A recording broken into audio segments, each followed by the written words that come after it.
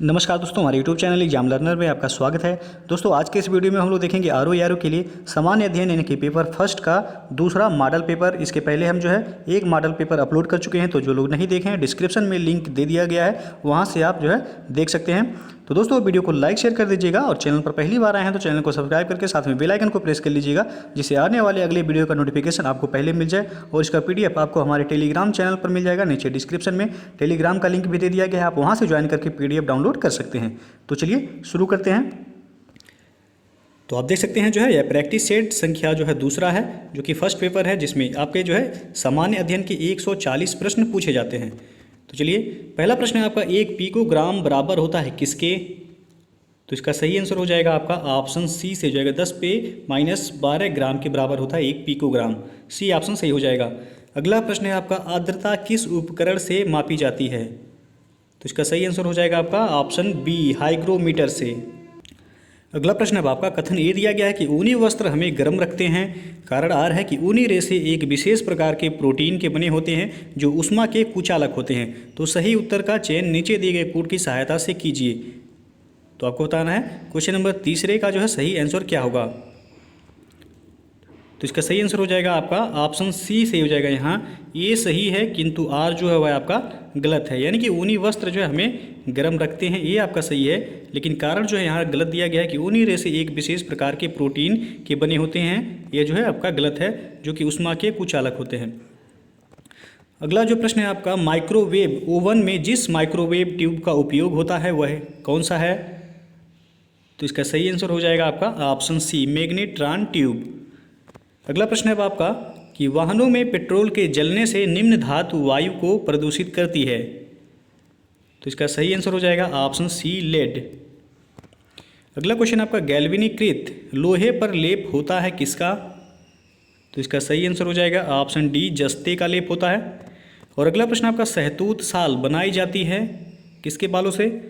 तो इसका सही आंसर हो जाएगा आपका ऑप्शन सी से हो जाएगा, चीरू के बालों से सहतूत शाल बनाई जाती है। चीरू जो है आपका लद्दाख और तिब्बत क्षेत्रों में जो है पाए जाते हैं।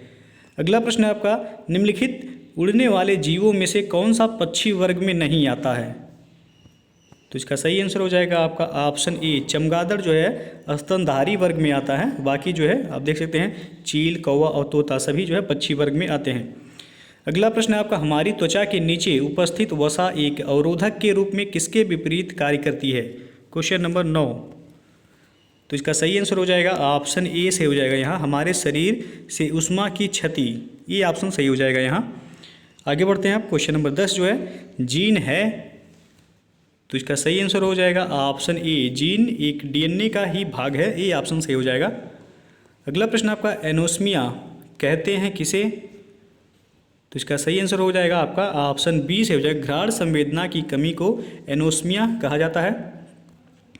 अगला प्रश्न है आपका, मानव तंत्र में प्रतिऑक्सी कारकों का कार्य क्या है? तो इसका सही आंसर होगा ऑप्शन सी, यह मुक्त मूलकों के प्रभाव से कोशिकाओं को बचाते हैं। सी ऑप्शन सही हो जाएगा। आगे बढ़ते हैं, क्वेश्चन नंबर 13 जो है, मधुसूदनी जिसको इंसुलिन कहा जाता है अंतःस्राव यानी कि हार्मोन एक है। तो क्वेश्चन नंबर 13 का सही आंसर हो जाएगा ऑप्शन सी से हो जाएगा, पेप्टाइड है। मधुसूदनी एक जो कि हार्मोन है, यह एक पेप्टाइड है। अगला प्रश्न है आपका, भूस्थिर उपग्रह की कक्षा होती है। तो इसका सही आंसर हो जाएगा ऑप्शन बी, दीर्घवृत्ताकार। अगला प्रश्न है आपका, एक कृत्रिम उपग्रह में विद्युत ऊर्जा का स्रोत क्या होता है? तो इसका सही आंसर हो जाएगा ऑप्शन बी, सौर सेल। आगे बढ़ते हैं आप, किसी ऑपरेटिंग सिस्टम के एक ही समय पर एक से अधिक उपयोग की क्षमता को क्या कहा जाता है? Question number 16। तो इसका सही आंसर हो जाएगा ऑप्शन डी, मल्टीटास्किंग। किसी ऑपरेटिंग सिस्टम के एक ही समय पर एक से अधिक उपयोग की क्षमता को मल्टीटास्किंग कहा जाता है। आगे बढ़ते हैं अब, रोम है एक। तो इसका सही आंसर हो जाएगा ऑप्शन बी से हो जाएगा, रोम यानी कि रीड ओनली मेमोरी, यह नॉन वोलाटाइल मेमोरी होता है। तो बी ऑप्शन सही हो जाएगा, इसको अस्थाई मेमोरी कहा जाता है। अगला जो प्रश्न है आपका, सिंधु घाटी सभ्यता की सबसे महत्वपूर्ण विशेषता क्या है?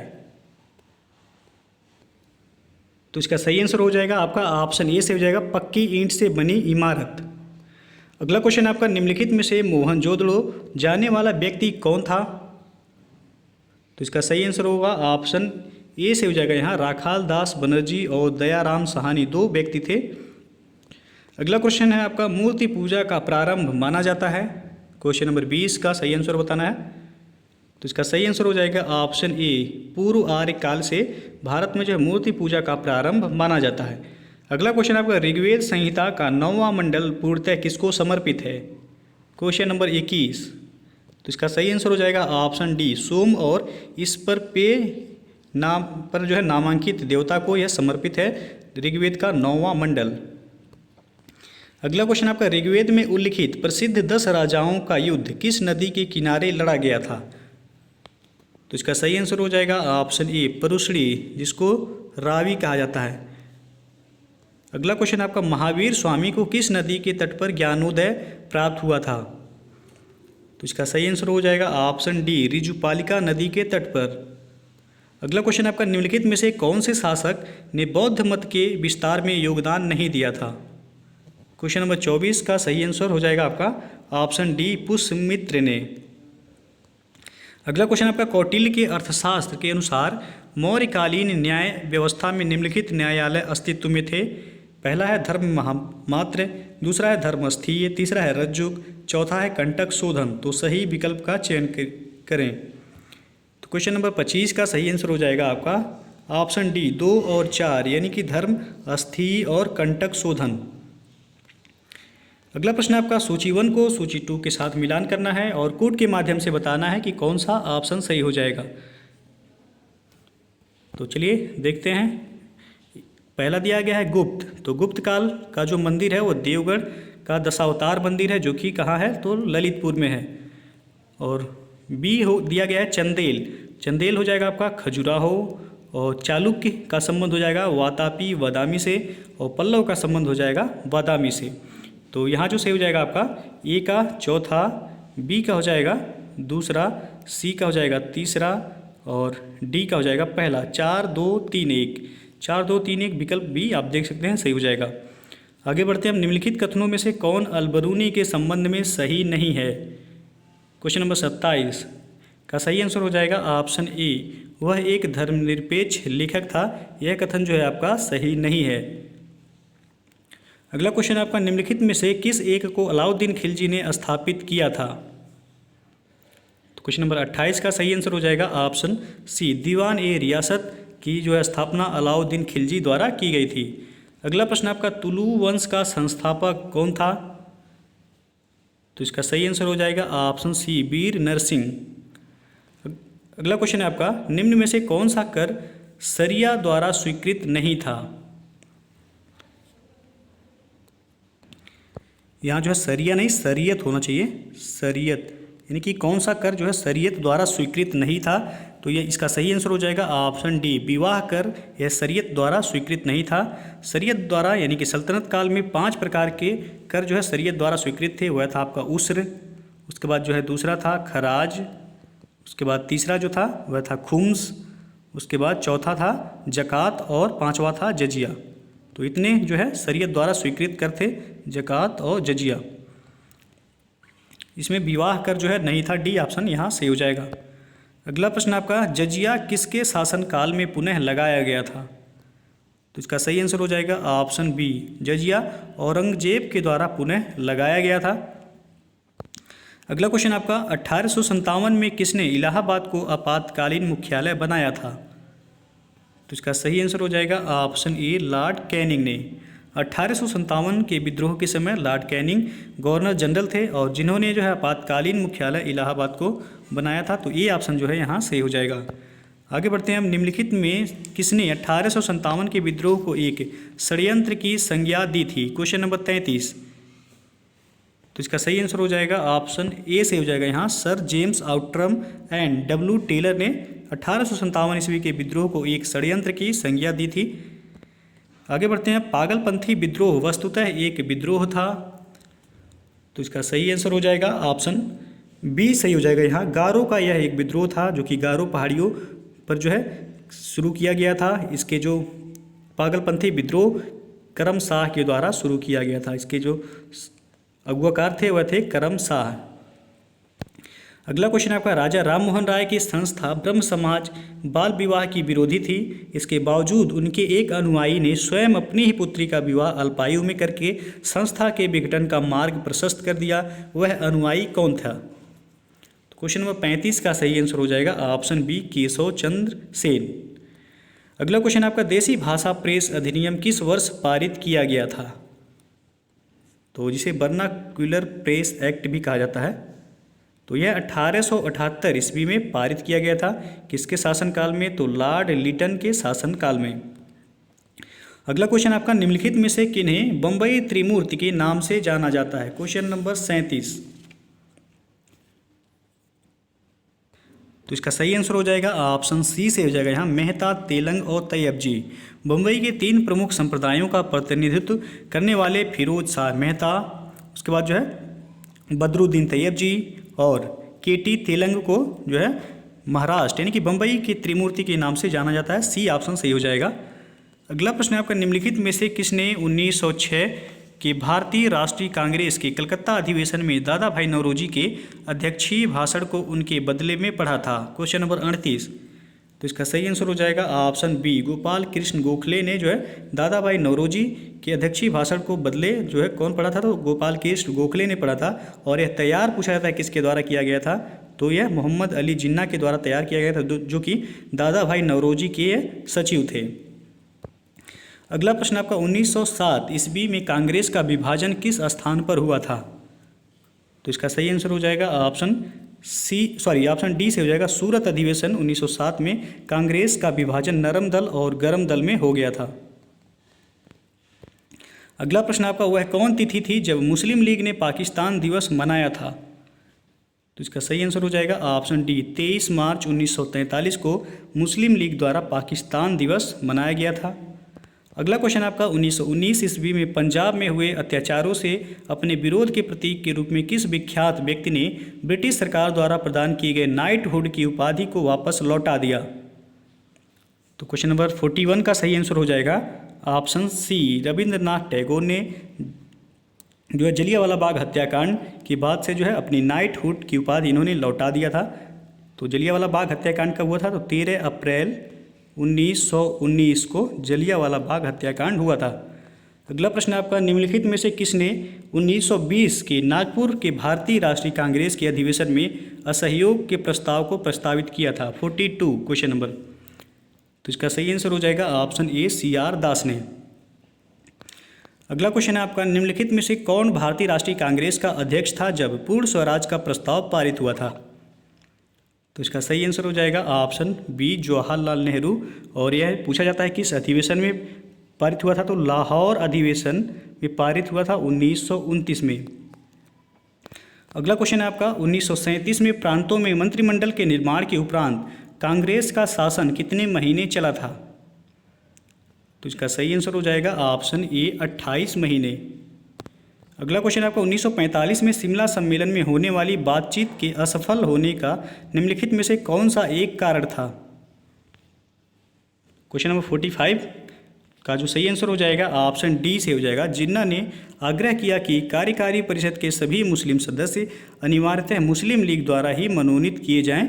इसकी जो है एक असफलता का प्रमुख कारण था। डी ऑप्शन सही हो जाएगा। अगला क्वेश्चन है आपका, कैबिनेट मिशन योजना के अनुसार निम्नलिखित में से कौन सी एक संविधान सभा निर्वाचित किए जाने की पद्धति थी? तो 46 का सही आंसर हो जाएगा ऑप्शन डी से हो जाएगा, अंशतः प्रांतीय विधानसभाओं द्वारा निर्वाचित एवं अंशतः देशी नरेशों द्वारा नामित। आगे बढ़ते हैं, भारत की संघात्मक व्यवस्था में 3 सूचियों में शक्ति विभाजन लिया गया है, कहाँ से? तो 47 का सही आंसर हो जाएगा ऑप्शन डी, भारत शासन अधिनियम 1935 से। और जो है ये भी पूछा था अमेरिका से जो है क्या लिया गया है? तो मौलिक अधिकार लिया गया है अमेरिका यानी कि USA के संविधान से। कनाडा के संविधान से लिया गया है संघात्मक व्यवस्था। और ऑस्ट्रेलिया के संविधान से लिया गया है समवर्ती सूची। अगला क्वेश्चन है अब आपका, निम्नलिखित उद्देश्यों में से कौन सा एक भारत के संविधान की उद्देशिका में सन्निविष्ट नहीं है? 48 तो इसका सही आंसर हो जाएगा ऑप्शन बी, आर्थिक स्वतंत्रता इसमें शामिल नहीं है। अगला क्वेश्चन आपका, भारतीय संविधान का कौन सा अनुच्छेद यह घोषणा करता है कि इंडिया जो कि भारत है राज्यों का एक संघ यानी कि यूनियन होगा? तो इसका सही आंसर हो जाएगा ऑप्शन ए, अनुच्छेद 1। अगला प्रश्न आपका, निम्नलिखित में से कौन एक नए राज्यों के निर्माण के लिए संवैधानिक उपबंध नहीं है? तो इसका सही आंसर हो जाएगा ऑप्शन डी, एक राज्य संघ राज्य क्षेत्र शामिल कर सकेगा। यह जो आपका सही नहीं है। नए राज्यों के निर्माण का जो है शक्ति किसको प्राप्त है? तो यह संसद को केवल प्राप्त है। तो डी ऑप्शन जो है यहाँ सही हो जाएगा आपका। अगला प्रश्न आपका, मौलिक अधिकार, तो इसका सही आंसर हो जाएगा आपका ऑप्शन डी, आपातकालीन स्थिति में निलंबित किए जा सकते हैं। तो डी ऑप्शन यहाँ सही हो जाएगा। अगला क्वेश्चन आपका, निम्नांकित में से कौन सा मौलिक अधिकार निवारक निरोध द्वारा अवरोधित होता है? तो इसका सही आंसर हो जाएगा ऑप्शन बी, स्वतंत्रता का अधिकार। अगला प्रश्न आपका, भारतीय संविधान निम्न में से कौन सा अधिकार प्रदान नहीं करता है? तो इसका सही आंसर होगा आपका ऑप्शन ए, समान आवास का अधिकार। यह भारतीय संविधान जो है अधिकार प्रदान नहीं करता है। ये ऑप्शन सही हो जाएगा। अगला क्वेश्चन आपका, भारतीय संविधान में निम्न में से किस एक को मूल कर्तव्य के रूप में सम्मिलित नहीं किया गया है? तो इसका सही आंसर हो जाएगा ऑप्शन सी, अल्पसंख्यकों की रक्षा करना। आगे बढ़ते हैं। भारत में प्रजातंत्र इस तथ्य पर आधारित है कि, तो इसका सही आंसर हो जाएगा ऑप्शन सी, जनता को सरकारों को चुनने तथा बदलने का अधिकार प्राप्त है। सी ऑप्शन सही हो जाएगा। अगला क्वेश्चन आपका, भारतीय संघवाद तथा अमेरिकी संघवाद में एक महत्वपूर्ण अंतर है। तो क्वेश्चन नंबर 56 का सही आंसर हो जाएगा ऑप्शन सी, दोहरी नागरिकता का। अगला क्वेश्चन आपका, केंद्र एवं राज्यों के बीच वैधानिक शक्तियों का बंटवारा दिया हुआ है कौन से अनुसूची में? तो 57 का सही आंसर हो जाएगा ऑप्शन सी, 7वीं अनुसूची में केंद्र एवं राज्यों के बीच वैधानिक शक्तियों का बंटवारा दिया गया है। अगला प्रश्न है आपका, यदि उपाध्यक्ष लोकसभा की अध्यक्षता कर रहे हों तो उन्हें एक अधिकार प्राप्त है कि वह, तो इसका सही आंसर हो जाएगा ऑप्शन सी, मत बराबरी की अवस्था में मतदान कर सकते हैं। अगला प्रश्न आपका, संसद में लेखा के लिए वोट आवश्यक होता है। तो इसका सही आंसर हो जाएगा ऑप्शन सी से हो जाएगा, जब सामान्य बजट के समय सीमा के अंदर पारित होने की आशा नहीं होती है। अगला प्रश्न आपका, जीएनपी और जीडीपी में अंतर है। तो क्वेश्चन नंबर 60 का सही आंसर हो जाएगा ऑप्शन डी, विदेशों से शुद्ध साधन आय का अंतर है जीएनपी और जीडीपी में।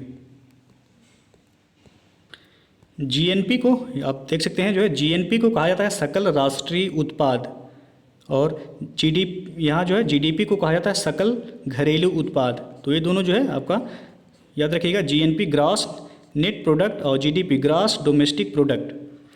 अगला प्रश्न है आपका, भारत सरकार की राजकोषीय नीति फिस्कल पॉलिसी का निम्न में से कौन एक उद्देश्य नहीं है? 61। तो इसका सही आंसर हो जाएगा ऑप्शन सी, अंतर्राज्यीय व्यापार का नियमन। सी ऑप्शन जो है यहाँ से हो जाएगा कि भारत सरकार की राजकोषीय नीति का निम्न में से कौन एक उद्देश्य नहीं है? तो यह है आपका अंतर्राज्यीय व्यापार का नियमन। अगला प्रश्न आपका, निम्नलिखित में से कौन सा संघ सरकार की राजस्व प्राप्तियों का घटक नहीं है? 62। तो इसका सही आंसर हो जाएगा ऑप्शन सी, विनिवेश प्राप्तियां। आगे बढ़ते हैं। निम्नलिखित में से कौन सी एक संस्था विदेशी वाणिज्यिक उधारी को नियमित करती है? 63। तो इसका सही आंसर हो जाएगा ऑप्शन डी, भारतीय रिजर्व बैंक यानी कि आरबीआई। रिजर्व बैंक जो है मुख्यतः दो प्रकार के कार्य करते हैं, एक तो नोट निर्गमन का कार्य और दूसरा जो है सामान्य बैंकिंग का कार्य। इन दोनों कार्यों को जो है दो अलग अलग विभागों द्वारा संपादित करता है। पहला जो है निर्गमन विभाग जो है रिजर्व बैंक नोट के समय समय पर जो है समग्र मूल्य के लिए जिम्मेदार होता है तथा उनके मूल्य के बराबर मूल्य की अर्ह संपत्तियों को कायम रखता है। पर महत्वपूर्ण वह है कि चलन में जो मुद्रा डालने तथा चलन से मुद्रा निकालने या फिर मुद्रा के विस्तार या फिर संकुचन का कार्य बैंकिंग विभाग के द्वारा किया जाता है। तो यहाँ आपसे पूछा गया है कि निम्नलिखित में से कौन सी एक संस्था जो है वह विदेशी वाणिज्यिक उधारी को नियमित करती है? तो वह आरबीआई करती है। डी ऑप्शन आपका सही हो जाएगा। आगे बढ़ते हैं। भारत में क्रेडिट निर्धारण एजेंसी यानी कि एजेंसियाँ निम्नलिखित में से कौन सी हैं? तो क्वेश्चन नंबर 64 का सही आंसर हो जाएगा ऑप्शन डी, उपयुक्त सभी। आपके बीईओ के एग्जाम में जो है यह प्रश्न जो है पूछा गया था कि क्रिसिल और केयर और ICRA की स्थापना का क्रम जो है आपको क्रम से दर्शाना था। तो भारत में जो क्रेडिट निर्धारण एजेंसियां हैं, आपका क्रिसिल भी है, केयर भी है और ICRA, कुल 7 क्रेडिट रेटिंग एजेंसियां हैं। क्रिसिल है आपका, उसके बाद फिच रेटिंग इंडिया प्राइवेट है, उसके बाद तीसरा है इनक्रा लिमिटेड है, credit analysis and research limited है, Brickwork rating India limited है और SME rating agency of India limited है जिसको CARE कहा जाता है, और Informatics valuation and rating private limited. तो कुल भारत में 7 जो है रेटिंग एजेंसियां हैं, क्रेडिट रेटिंग एजेंसियां। अगला प्रश्न आपका, भारत में योजना अवकाश की अवधि थी 65 का आंसर आपको बताना है। तो इसका सही आंसर हो जाएगा ऑप्शन बी, 1966 से 1969 तक भारत में योजना अवकाश रहा। अगला प्रश्न आपका, नाबार्ड एक शीर्ष वित्तीय संस्था है जो बनी है। तो 66 का आंसर जो है आपका हो जाएगा सी, ऑप्शन से हो जाएगा।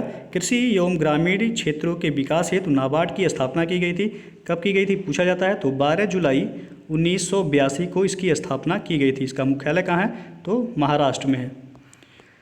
अगला प्रश्न आपका, भारत के विनिवेश आयोग का प्रथम अध्यक्ष कौन था। 67, तो इसका सही आंसर हो जाएगा option A, GB Ramakrishna. Bharat में प्रथम विनिवेश आयोग का गठन 1996 में GB रामकृष्णा की अध्यक्षता में किया गया था।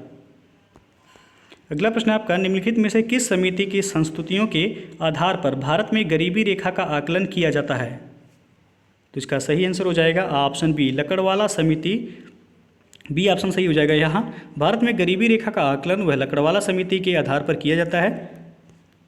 अगला प्रश्न है आपका, भारत में शुरू की गई स्वाभिमान योजना किससे संबंधित है। तो इसका सही आंसर हो जाएगा ऑप्शन सी, ग्रामीण बैंकिंग से। अगला प्रश्न आपका, जनगणना 2011 के अनुसार भारत की सकल प्रजननता दर यानी कि TFR, टोटल फर्टिलिटी रेट क्या है। याद रखिएगा 2011 की जनगणना के अनुसार पूछा जा रहा है। तो इसका सही आंसर हो जाएगा ऑप्शन डी, 2.4%। अगला प्रश्न आपका, 2011 की जनगणना के अनुसार भारत के निम्नलिखित राज्यों में कौन सर्वाधिक जनसंख्या वाला राज्य है। तो इसका सही आंसर हो जाएगा ऑप्शन डी, उत्तर प्रदेश जो है जनसंख्या में पहले स्थान पर है। अगला प्रश्न आपका, जनगणना 2011 के अंतिम आंकड़ों के अनुसार भारत में सर्वाधिक साक्षरता वाला जिला कौन सा है। तो यह है आपका सरचिप जो कि मिजोरम में है। यहाँ की साक्षरता जो है 98.76% है जो कि सर्वाधिक है। अगला प्रश्न आपका, जनगणना 2011 के अंतिम आंकड़ों के अनुसार भारत में सबसे कम यौन अनुपात कहाँ है। तो याद रखिएगा जो है ये सभी केंद्र शासित प्रदेशों में जो है आपसे पूछा गया है। तो 73 का सही आंसर हो जाएगा ऑप्शन बी, दमन एवं दीव में।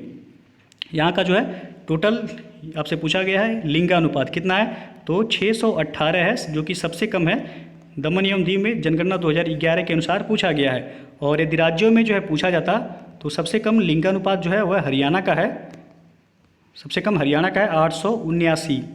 तो यहाँ जो है आपसे केवल केंद्र शासित प्रदेश दिया गया है दमन एवं दीव। याद रखिएगा दमन, दीव और दादर नागर हवेली को जो है अब विलय करके एक केंद्र शासित प्रदेश कर दिया गया है। अगला प्रश्न है आपका, जनगणना 2011 के अनुसार भारत के निम्नलिखित राज्यों में से किसमें सर्वाधिक अनुसूचित जाति की जनसंख्या पाई जाती है।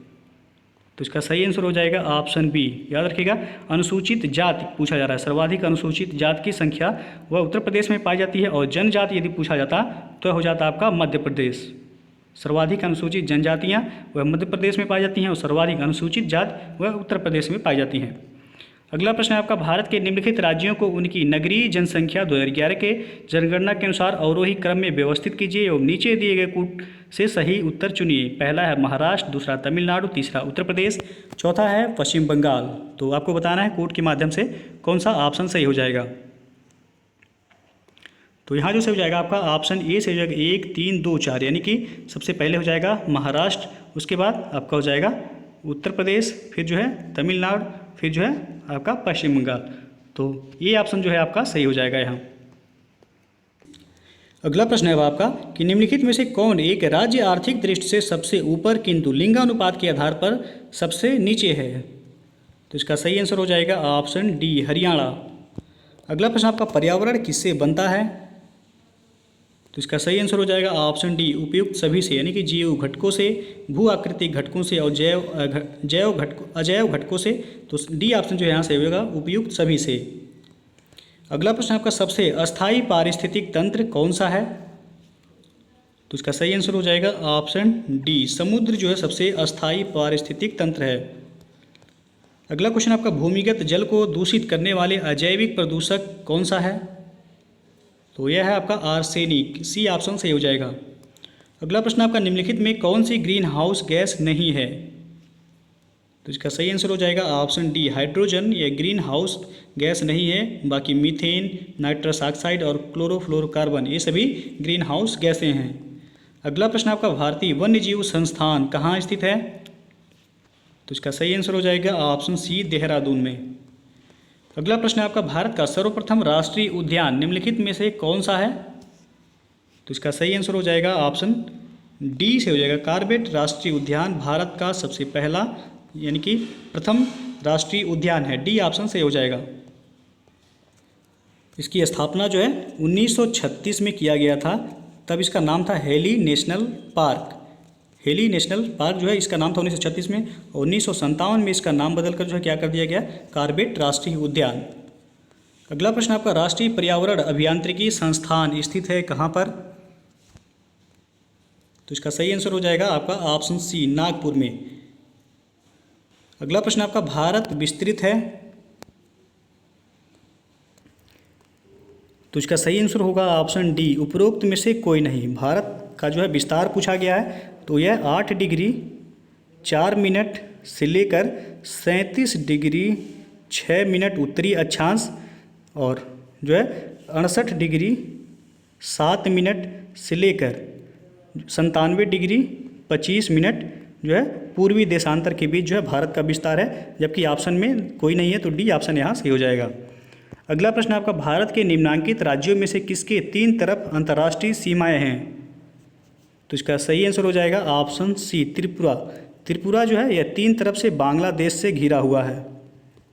किससे घिरा हुआ है? तो बांग्लादेश से। अगला प्रश्न आपका, नर्मदा तथा तापी नदियों द्वारा घिरे हैं? तो इसका सही आंसर हो जाएगा ऑप्शन बी, सतपुड़ा पहाड़ियाँ। अगला क्वेश्चन आपका, गंगा नदी के किनारे सबसे बड़ा शहर कौन सा है? तो इसका सही आंसर हो जाएगा ऑप्शन सी, कानपुर। अगला क्वेश्चन आपका, भारत में शरदकालीन वर्षा के क्षेत्र कौन से हैं?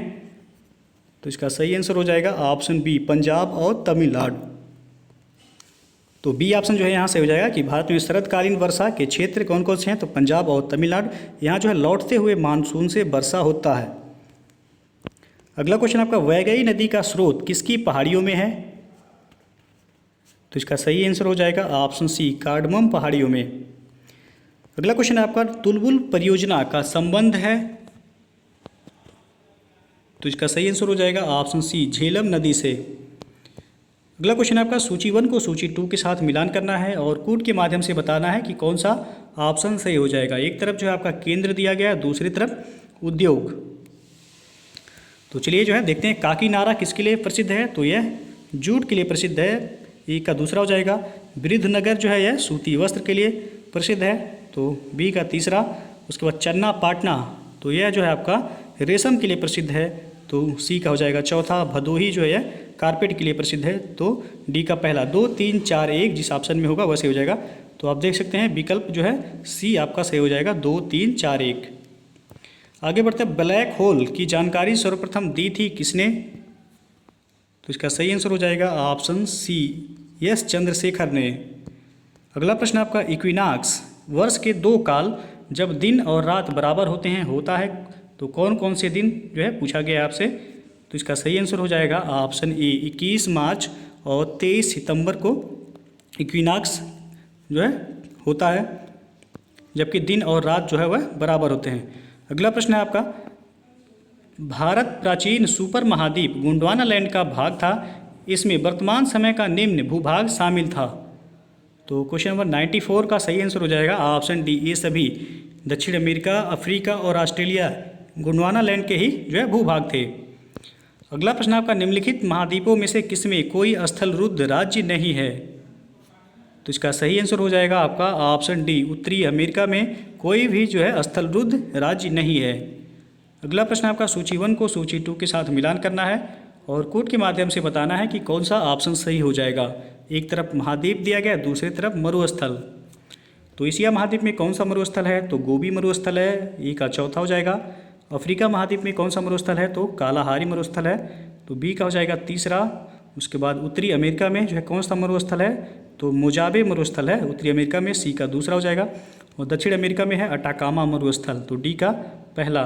4 3 2 1, तो आप देख सकते हैं विकल्प सी आपका सही हो जाएगा। अगला प्रश्न आपका रिंग ऑफ फायर संबंध है किससे? पहला है भूकंप से, दूसरा ज्वालामुखी से, तीसरा प्रशांत महासागर से, चौथा जंगल की आग से।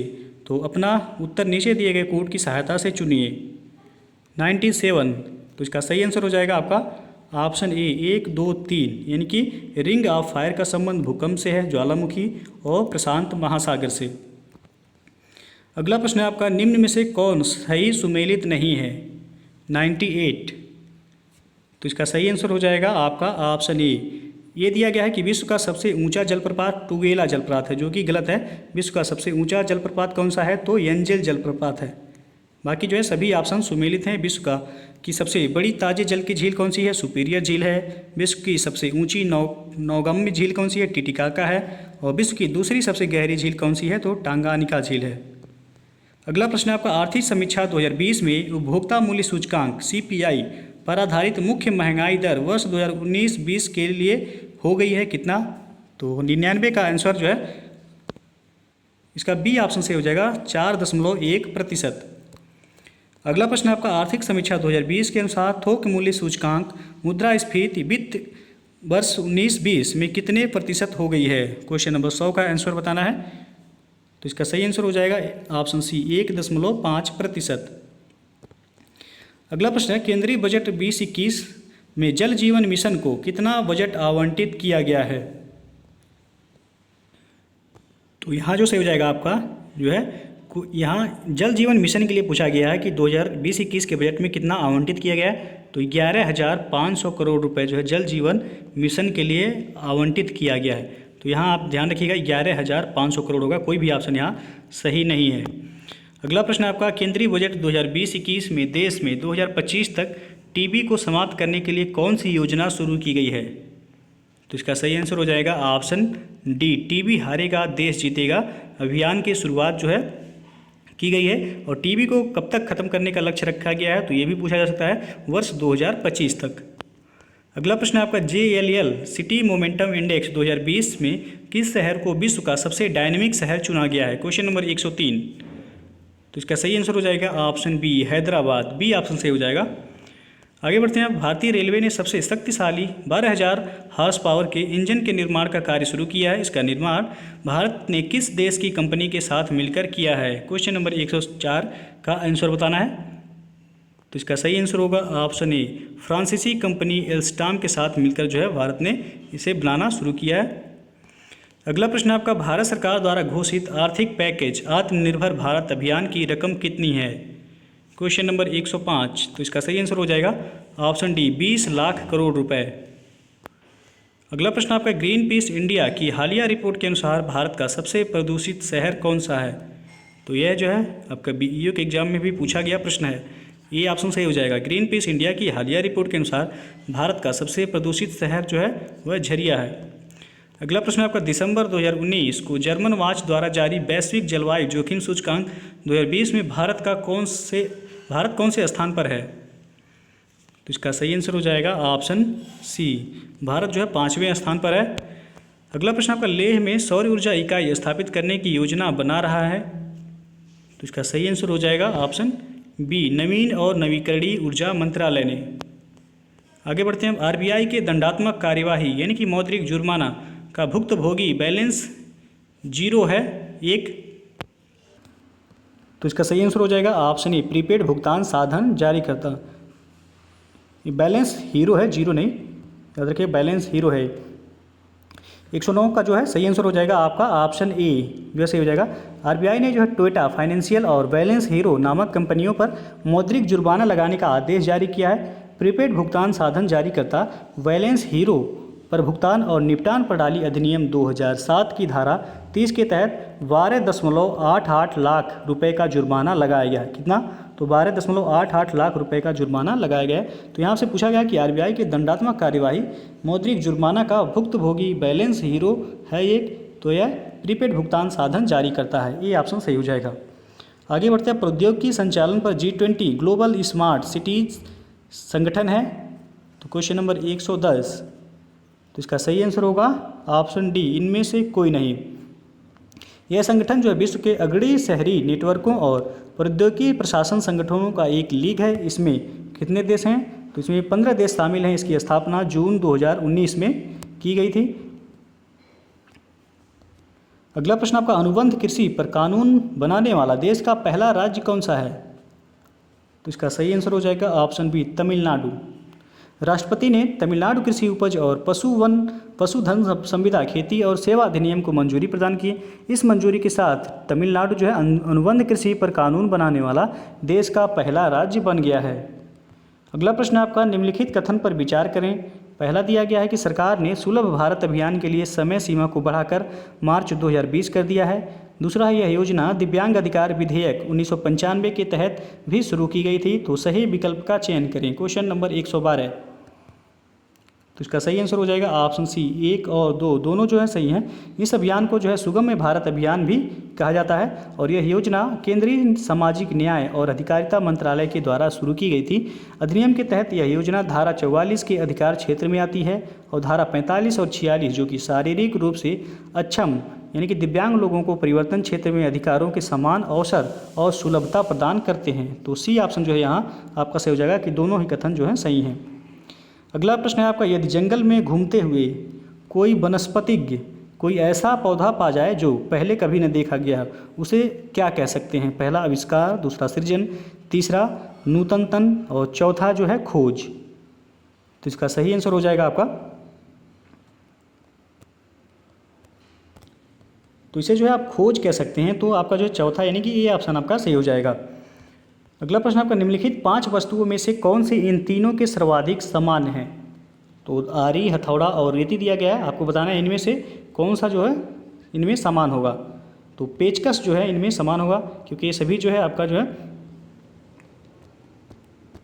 औजार हैं, यानी कि आरी भी औजार है, हथौड़ा भी औजार है, रेती भी औजार है, पेचकस भी उसी तरह जो है आपका औजार है। तो तीसरा यानी कि आप देख सकते विकल्प डी सही हो जाएगा। अगला प्रश्न आपका, निम्नलिखित अनुक्रम में लुप्त संख्या ज्ञात कीजिए। तो दिया गया है 6, 24, 60, 120 और 210। तो चलिए जो है इसे देखते हैं। तो पहला जो दिया गया है 6, तो 6 आप देख सकते हैं कि 2 का क्यूब करेंगे तो कितना हो जाएगा 8 माइनस 2 करेंगे कितना हो जाएगा 6 हो गया। 24 जो है 3 का क्यूब माइनस 3 का क्यूब 27 माइनस 3 कितना हो जाएगा 24 हो गया। उसके बाद जो है 60 दिया गया है तो 4 का क्यूब कितना होगा 64 माइनस 4 बराबर 60। उस तरह 5 का क्यूब होता है 125, 5 का क्यूब कितना 125 माइनस 5 हो जाएगा 120। उस तरह 6 का क्यूब 216 होता है, माइनस 6 करेंगे कितना हो जाएगा 210। उस तरह आगे जो है क्रम आप लगा दीजिए। तो 7 का क्यूब कितना होगा तो हो जाएगा 343, माइनस करेंगे कितना 7 कितना हो जाएगा 336। बी ऑप्शन जो है आपका सही हो जाएगा। अगला प्रश्न आपका, अधोलिखित कूट संकेतों में से सही विकल्प द्वारा श्रृंखला को पूर्ण कीजिए। तो आपका दिया गया है JFMA, तो 3 जो है आगे आपको बताना है क्या होगा। तो यहाँ आप देख सकते हैं J से जनवरी, F से फरवरी, M से मार्च, I से अप्रैल, मई, जून, जुलाई, मई, जून, जुलाई, MJJ। यहाँ जो है आप देख सकते हैं ये ऑप्शन आपका सही हो जाएगा MJJ। J से जनवरी, F से फरवरी, M से मार्च, A से अप्रैल, मई, जून, जुलाई, तो ये ऑप्शन सही हो जाएगा आपका। अगला प्रश्न आपका, आभा 1 किलोमीटर दक्षिण की ओर चलती है फिर 1 किलोमीटर पूर्व की ओर चलती है। अपनी यात्रा आरंभ बिंदु पर पहुंचने के लिए उसे चलना पड़ेगा। तो आप वीडियो को पॉज करके जो है इसे लगा सकते हैं।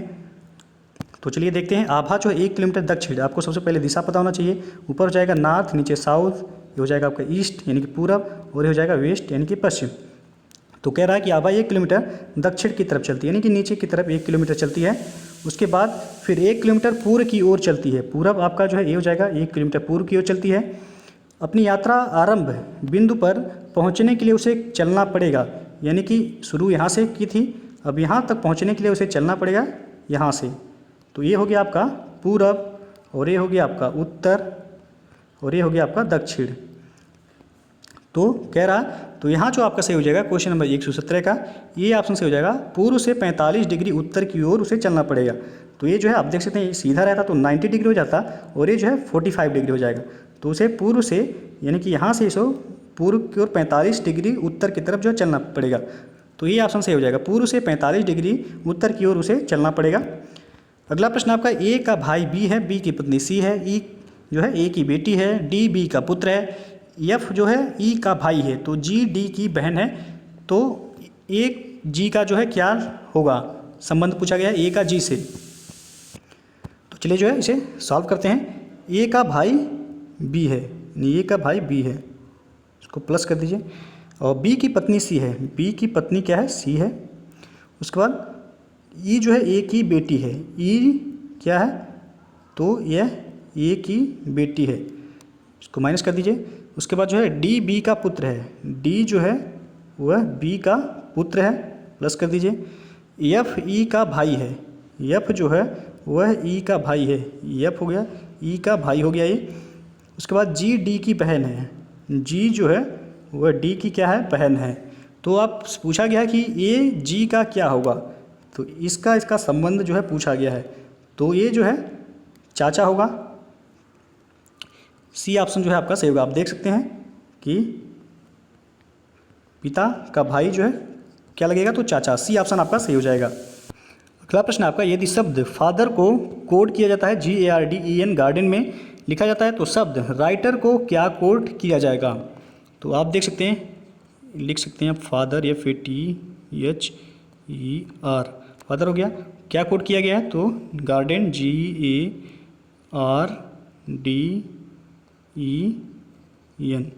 तो ये कोड किया गया है। तो आपसे पूछा है राइटर, WRITER, तो राइटर का कोड जो है आपसे पूछा गया है यहाँ। तो FG, F plus G, F में एक जोड़ेंगे तो F के बाद G आता है, उसके बाद A के बाद जो है यहाँ यानी कि 0, जो F A को जो है उसी क्रम में लिख दिया गया है। T के बाद R किया गया है, तो T -2 RST -2 करेंगे तो जो है R हो जाएगा। H के बाद जो है D लिखा गया है, तो DFGH -4 करेंगे तो जो है आपका D हो जाएगा। E के बाद E लिखा गया है, तो यहाँ भी कोई परिवर्तन नहीं किया गया है, और R के बाद जो है N लिखा गया है, तो RNOPQR -4 करेंगे तो जो है आपका N हो जाएगा। तो आप देख सकते हैं +1, पहले में +1 जोड़ा गया है, दूसरे में 0 यानी कोई परिवर्तन नहीं, तीसरे में -2, चौथे में -4, फिर 0 कोई परिवर्तन नहीं, फिर जो है -4। तो इस तरह आगे भी यहाँ कर दीजिए। तो इसमें W के बाद जो है +1 यानी पहले में 1 जोड़ा गया है, X हो जाएगा। उसके बाद R में जो है कोई परिवर्तन नहीं किया गया है, तो यहाँ भी आपको कोई परिवर्तन नहीं करना है। उसके बाद जो है आपका I में जो है -2 किया गया है, तो I में आप -2 करेंगे तो आपका GHI G हो जाएगा। उस तरह T आगे आप देख सकते हैं -4 किया गया है, तो T में -4 करेंगे आप तो हो जाएगा आपका PQRST, तो P हो जाएगा। उसके बाद आपका कोई परिवर्तन नहीं किया गया है, तो E में जो है आपको कोई परिवर्तन नहीं करना है, E लिख दीजिए। उसके बाद R में जो है आपको लास्ट में माइनस, फिर जो है 4 का परिवर्तन किया गया है, -4 यानी कि आपको R में -4 करना है, तो NOPQR N हो जाएगा आपका। तो आपका जो क्रम बनेगा XRGPEN, D ऑप्शन जो है आपका सही हो जाएगा। आप देख सकते हैं XRGPEN, तो इस तरह जो है आपका D ऑप्शन सही हो जाएगा। आगे बढ़ते हैं अब 4 सेंटीमीटर × 4 सेंटीमीटर × 4 सेंटीमीटर आयाम यानी कि डायमेंशन के एक घन के सभी फलक हरे रंग से रंग दिए गए हैं और उसे 64 इकाई घनों में काट दिया गया है, तो कितने इकाई घन ऐसे हैं जिनके 2 फलक हरे रंग के होंगे। तो क्वेश्चन नंबर 120, आप वीडियो को पॉज कर सकते हैं, जो है इसे सॉल्व कर सकते हैं। तो चलिए देखते हैं। तो काटे गए घनों की संख्या को आप n मान सकते हैं, तो n बराबर जो है आप क्यूब में लिख सकते हैं 64, इसे बाहर करेंगे तो आपका n का मान कितना निकल कर चला आएगा, तो 4 आ जाएगा आपका। 4 का क्यूब कितना होता है, तो 64 होता है, तो n का मान आपको 4 पता चलेगा। अब 2 सतह रंगीन घनों की संख्या होता है आपका 12n-2, तो आप n का मान रख दीजिए 12, n-2, n का मान 4 और 2, 12 हो जाएगा, 4 में से 2 जाएगा 2, 12 × 2 बराबर 24। तो आपका कितना मिल गया 24। तो सी ऑप्शन आपका सही हो जाएगा यहाँ। अगला प्रश्न आपका ए बी से लंबा है परंतु सी जितना लंबा नहीं है, डी ई से लंबा है परंतु बी जितना लंबा नहीं है, ई जो है एफ से लंबा है परंतु डी जितना लंबा नहीं है, इन सब में कौन सबसे अधिक लंबा है। तो आप जो है इसे जैसा कह रहा है उसी तरह आप अरेंज कर दीजिए। तो चलिए देखते हैं ए बी से क्या है लंबा है, ये जो है वह बी से लंबा है, ठीक है, परंतु सी जितना लंबा नहीं है, परंतु सी जितना लंबा नहीं है, हो गया आपका। उसके बाद कह रहा है कि डी ई से लंबा है परंतु बी जितना लंबा नहीं है, डी जो है वह ई से लंबा है परंतु बी जितना नहीं है, ठीक है, हो गया, ये डी है। उसके बाद अगला कह रहा है आपका ई जो है एफ से लंबा है, ई जो है वह एफ से लंबा है परंतु डी जितना लंबा नहीं है, हो गया आपका ऑरेंज। उसके बाद आपसे पूछ रहा है इन सब में कौन सबसे अधिक लंबा है, सबसे अधिक लंबा कौन सा है, सी है आपका। तो सी यानी कि बी ऑप्शन आपका सही हो जाएगा। आगे बढ़ते हैं हम निम्नलिखित लुप्त संख्या आपको बताना है क्या होगा। Question number 122। तो चलिए जो है देखते हैं, 3 में जो है 2 का गुणा करेंगे 6 हो जाएगा, -1 आपका 5 हो जाएगा, 5 में 2 का गुणा करेंगे -2, 5 दूना 10, -2 करेंगे 8 हो जाएगा। इस तरह इसमें भी 8 में 2 का गुणा करेंगे 16, -3 13 हो जाएगा। इस तरह आगे भी 13 में 2 का गुणा करेंगे 26, -4 22 हो जाएगा। आगे भी इस तरह 22 में 2 का गुणा करेंगे 44 हो जाएगा, -5 कर देंगे कितना आ जाएगा 39। तो आपका बी ऑप्शन यहाँ से हो जाएगा। अगला प्रश्न आपका निम्नलिखित में से कौन सा वेन रेखा चित्र इतिहास भूगोल भूगर्भ शास्त्र वर्गों के परस्पर संबंधों को सही चित्रित करता है। तो इसका सही आंसर हो जाएगा आपका ऑप्शन सी, भूगोल भूगर्भ शास्त्र और इतिहास जो परस्पर आपस में जो है संबंधित हैं। तो ये जो है फिगर आपका सही हो जाएगा, सी ऑप्शन।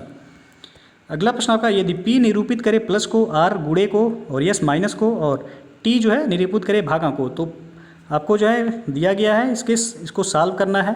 इसका सही आंसर बताना है क्या हो जाएगा 124। तो आप वीडियो को पॉज करके जो है इसे सॉल्व कर सकते हैं। तो चलिए देखते हैं, मान रखते हैं इसका 5, R का मान क्या कह रहा है, तो गुणा है 9 हो जाएगा। उसके बाद P का मान क्या कह रहा है, तो P प्लस हो जाएगा 7 लिख दीजिए। S क्या माइनस हो जाएगा, माइनस जो है आपका हो जाएगा 9। उसके बाद P क्या कह रहा है, तो P का जो हो जाएगा 7 हो गया। उसके बाद आपका T कह रहा है कि T का संबंध हो जाएगा आपका भागा से, भागा 1 मिनट, सॉरी इसे फिर से देखते हैं। तो 5 R का क्या कह रहा है, तो R का संबंध जो है गुणे से है, तो आप गुणे 9 लिख दीजिए। फिर जो है P का संबंध जो है कह रहा है कि P जो है प्लस को निरूपित करता है, तो प्लस हो जाएगा। उसके बाद जो है आप 7 लिख दीजिए। S का संबंध जो है कह रहा है आपका माइनस से, तो माइनस हो जाएगा 9। और T का संबंध कह रहा है आपका भागा से 3। फिर P का संबंध जो है आपसे पूछा गया प्लस से, प्लस 6, ठीक है। इसे आपको सॉल्व कर देना है बोर्ड मास नियम के थ्रू। तो 5 9 45 हो जाएगा आपका। उसके बाद जो है प्लस 7 कर दीजिए, माइनस इसमें भागा कर देंगे तो 3 हो जाएगा, प्लस 6। उसके बाद 45 7 कितना हो जाएगा आपका, तो 52। उसके बाद -3 कर देंगे तो कितना हो जाएगा 49 + 6, 49 + 6 कर देंगे कितना हो जाएगा 55। तो बी ऑप्शन आपका सही हो जाएगा यहाँ। आगे बढ़ते हैं आप। क्वेश्चन नंबर 125 है, निम्नलिखित कथनों पर विचार कीजिए। कथन दिया गया है कि वकील लोग केवल गोरी लड़कियों से विवाह करते हैं, शोभा बहुत गोरी है। तो निष्कर्ष आपको दिया गया है, पहला कि शोभा का विवाह किसी वकील से हुआ है, दूसरा है शोभा का विवाह किसी वकील से नहीं हुआ है। तो इन निष्कर्षों में से आपको बताना है कि सही निष्कर्ष क्या होगा। 125, तो यहाँ जो सही होगा आपका आंसर सी से हो जाएगा, या तो 1 या तो 2 केवल निर्गत होगा, सी ऑप्शन यहाँ सही होगा। अगला प्रश्न आपका, यदि एक घड़ी प्रत्येक 24 घंटे में 4 मिनट पीछे हो जाती है, इसे 1 अप्रैल को प्रातः 6 बजे पर सेट किया जाता है, उसी माह के 6 अप्रैल दोपहर 12 बजे यह घड़ी का समय क्या बताएगी। तो कह रहा है कि एक घड़ी जो है प्रत्येक 24 घंटे में 4 मिनट पीछे हो जाती है, 24 घंटे में वह 4 मिनट पीछे हो जाती है, और इसे 1 अप्रैल को जो है प्रातः 6 बजे सेट किया गया। उसी माह के 6 अप्रैल तक, यानी कि 1 से 6 अप्रैल के 12 बजे तक जो है पूछा गया, दिन में 12 बजे तक जो है घड़ी का समय क्या होगा। तो चलिए देखते हैं। तो 1 अप्रैल से 6 बजे से, तो 6 बजे से 6 बजे आपका 24 घंटे होगा। इस तरह आपको 1 से 2, यानी कि 1 अप्रैल से 2 अप्रैल 1 हो गया, फिर 2 से 3, 3 से 4, 4 से 5 और 5 से 6। तो आप देख सकते हैं 5 से 6 बजे कह रहा है कि दोपहर तक, केवल दोपहर तक जो है 6 बजे तक 12 बजे, दोपहर के 12 बजे तक जो है आपसे कह रहा है। तो 1 2 3 4 5, तो 5 दिन हो गया ये आपका। तो 5 में यानी कि 24 घंटे जोड़ेंगे तो हर 24 घंटे में 4 मिनट पीछे होती है। तो 5 में 4, 5 चौक को 20 हो गया, प्लस अब ये केवल 6 बजे तक सुबह तक जो है जोड़ा गया, 6 से 6 24 घंटा जोड़ा गया है। तो उसके बाद आपका 12 बजे तक ये कह रहा है। तो 6 से 6 बजे तक, यानी कि 6 से 12 बजे तक कितना समय होगा, तो 6 घंटे का। तो 24 घंटे में जो है वह 4 मिनट पीछे होती है, तो 6 घंटे में कितने मिनट पीछे होगी, तो 1 मिनट होगी। तो 20 + 1 कितना हो जाएगा, टोटल 21 मिनट पीछे हो जाएगी। तो आपसे कह रहा है कि 12 बजे घड़ी क्या समय दर्शाएगी। तो 12 बजे में जो है आप 21 माइनस कर देंगे, 12 बजे में आप 21 मिनट जो है माइनस कर देंगे, तो आपका जो है आंसर आ जाएगा। तो 12 में 21 माइनस करेंगे तो हो जाएगा आपका ऑप्शन सी से होगा 11:39 प्रातः। सी ऑप्शन आपका सही हो जाएगा। अगला प्रश्न है आपका, सूची 1 को सूची 2 के साथ मिलान करना है और कूट के माध्यम से बताना है कि कौन सा ऑप्शन सही हो जाएगा। तो इसका सही जो आंसर होगा, चलिए इसे मिलान करते हैं। बिरहा का संबंध हो जाएगा आपका भोजपुरी से, ये का पहला। कजरी का संबंध हो जाएगा आपका अवधी से, बी का हो जाएगा दूसरा। और मल्होर का संबंध हो जाएगा कौरवी से, सी का चौथा। और रसिया का संबंध हो जाएगा ब्रज से, तो डी का तीसरा। 1 2 4 3 आपका बी ऑप्शन सही हो जाएगा। अगला प्रश्न आपका, कालपी नगर किस नदी के तट पर स्थित है। Question number 128। तो इसका सही आंसर हो जाएगा बी, यमुना। कालपी नगर जो है यमुना नदी के तट पर स्थित है। अगला प्रश्न आपका, उत्तर प्रदेश में वन महोत्सव सप्ताह मनाया जाता है। तो यह 1 जुलाई से 7 जुलाई के बीच मनाया जाता है। सी ऑप्शन सही होगा। नेक्स्ट क्वेश्चन है आपका, सूची 1 को सूची 2 के साथ यहाँ भी मिलान करना है। तो एक तरफ जो आपका स्थान दिया गया है, दूसरी तरफ उद्योग। तो चुर्क में जो है आपका सीमेंट फैक्ट्री है, ए का तीसरा हो जाएगा। फिरोजाबाद जो है चूड़ियों के लिए प्रसिद्ध है, तो बी का हो जाएगा चौथा। अलीगढ़ ताला के लिए प्रसिद्ध है, सी का पहला। मेरठ जो है खेल के सामान के लिए, डी का दूसरा। 3 4 1 2, तो आप देख सकते हैं 3 4 1 2, विकल्प सी आपका सही हो जाएगा। आगे बढ़ते हैं। उत्तर प्रदेश में 2 परमाणु ऊर्जा इकाइयाँ स्थापित हो रही हैं, कहाँ पर। तो यह बुलंदशहर नरौरा में स्थापित हो रही हैं, बुलंदशहर नरौरा में। सी ऑप्शन सही हो जाएगा। अगला प्रश्न आपका, सूची 1 को सूची 2 के साथ मिलान करना है और कूट के माध्यम से बताना है कि कौन सा ऑप्शन सही हो जाएगा। Question number 132। आप देख सकते हैं कूट। तो चलिए इसे मिलान करते हैं। एक तरफ जो है उत्तर प्रदेश पर्यटन द्वारा आयोजित मेला दिया गया है, दूसरी तरफ उनका आयोजन स्थल पशु मेला कहाँ लगता है, तो यह बटेश्वर आगरा में लगता है, ए का हो जाएगा तीसरा। उसके बाद ध्रुपद मेला कहाँ लगता है, तो यह वाराणसी में लगता है, बी का हो जाएगा चौथा। गोविंद साहब मेला कहाँ लगता है, तो यह आपका अम्बेडकर नगर में लगता है, सी का दूसरा। और माघ मेला आपको पता ही होगा इलाहाबाद में लगता है, तो डी का हो जाएगा पहला। 3 4 2 1, 3 4 2 1 जिस ऑप्शन में होगा वो सही हो जाएगा। तो पहला ही ऑप्शन आपका सही हो जाएगा, ए 3 4 2 1। आगे बढ़ते हैं। उत्तर प्रदेश में प्रथम विकलांग विश्वविद्यालय स्थापित किया गया है, कहाँ पर, तो यह चित्रकूट में स्थापित किया गया है, सी ऑप्शन सही हो जाएगा।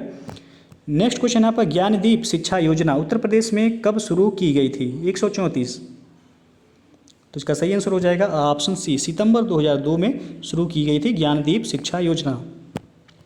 अगला प्रश्न आपका, गीडा है एक। तो गीडा का फुल फॉर्म जो है पूछा जाता है, गीडा गोरखपुर औद्योगिक विकास प्राधिकरण, बी ऑप्शन सही हो जाएगा।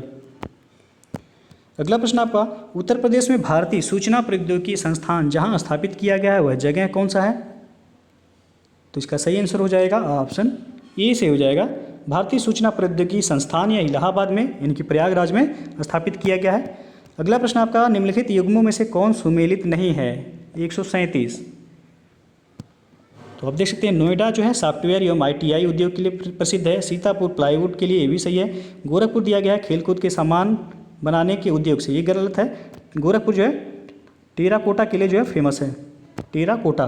वाराणसी जो है रेशमी उद्योग के लिए, तो सी ऑप्शन जो है आपका यहाँ सही हो जाएगा, यह सुमेलित नहीं है। अगला प्रश्न आपका, उत्तर प्रदेश का गुरु पूर्णिमा पर्व समर्पित है किस ऋषि को, तो इसका सही आंसर हो जाएगा ऑप्शन ई, व्यास ऋषि को, ये ऑप्शन सही हो जाएगा। अगला क्वेश्चन है आपका, वर्ष 2019 में मवेशियों की कुल संख्या पिछली गणना की तुलना में कितने प्रतिशत ज़्यादा है? 139। इसका सही आंसर होगा ऑप्शन ए 0.8%। और लास्ट प्रश्न है आपका कि 20वीं पशुधन गणना रिपोर्ट 2019 के अनुसार गायों और भैंसों में कुल दुधारू पशुओं की संख्या पिछले की तुलना में कितना प्रतिशत की वृद्धि हुई है? Question number 140। तो इसका सही आंसर हो जाएगा ऑप्शन बी 6% की वृद्धि हुई है। तो दोस्तों जो है ये था आपका ROE यानी कि समीक्षा अधिकारी एवं सहायक समीक्षा अधिकारी का दूसरा प्रैक्टिस सेट। तो दोस्तों यदि वीडियो पसंद आया हो तो लाइक शेयर कर दीजिएगा और चैनल पर पहली बार आए हैं तो चैनल को सब्सक्राइब करके साथ में बेल आइकन को प्रेस कर लीजिएगा, जिससे आने वाले अगले वीडियो का नोटिफिकेशन आपको पहले मिल जाए। तो दोस्तों वीडियो को पूरा देखने के लिए बहुत बहुत धन्यवाद।